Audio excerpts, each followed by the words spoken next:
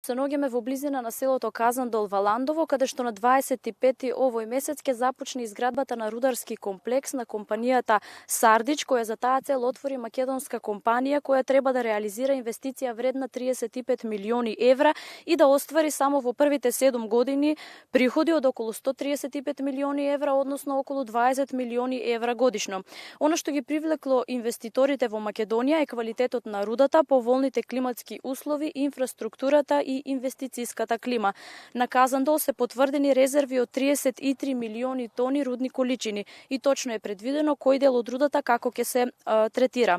Станува збор за руда со оксиден бакар која дава можност на поинаков начин да се добие готов метал. Капацитетот на рудникот е 4000 тони руда и досега компанијата има инвестирано 8 милиони евра.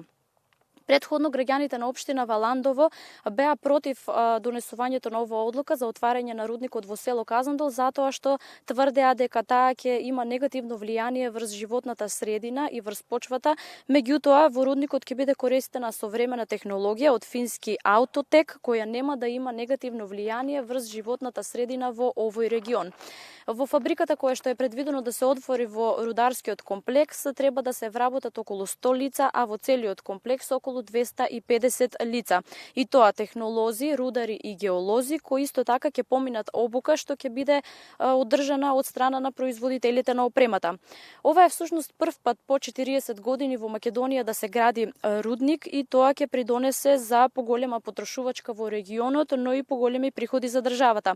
Компанијата ќе работи според македонските закони, исто така ќе се плаќа и просторен надомест на трите општини, општина Валандово, Доиран и Богданци, но и околу 2 милиони годишно ќе влегуваат приходи, ќе влегуваат директно во буџетот на Република Македонија. Се очекува производството на првите бакарни катоди да почне за една година и тоа ќе биде пласирано на европскиот пазар.